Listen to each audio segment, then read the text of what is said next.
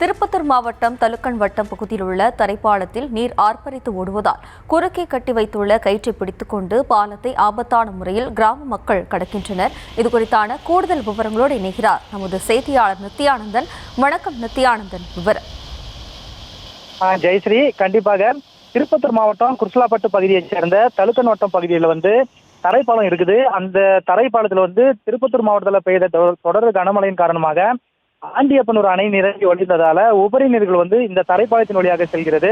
இந்த தரைப்பாலத்தின் வழியாக தான் பார்த்தோம்னா தலுக்கன் வட்டம், காரைக்கிணறு, பங்கு கொள்ளை, கொடுகுமலை உள்ளிட்ட 10க்கும் மேற்பட்ட கிராம பகுதியில் இந்த தரைப்பாலத்தை நம்பி பயன்படுத்திட்டு வராங்க.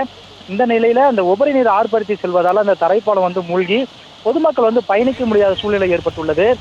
இதன் காரணமா பார்த்தோம்னா அந்த பகுதியை சேர்ந்த சிறுவர்கள் மற்றும் பெரியவர்கள் அந்த தரைப்பாலத்தின் குறுக்கே கயிறு கட்டி அந்த கயிற்றை பிடித்து கொண்டு தரைப்பாலத்தை கடக்கும் சூழ்நிலை ஏற்பட்டிருக்கு. எனவே உயிர் சேதம் எதுவாவது நடைபெறும் முன்னர் விரைந்து மேம்பாலம் அமைத்து தர வேண்டும் என அப்பகுதி மக்கள் கோரிக்கை வைக்கிறாங்க. ஜெயஸ்ரீ,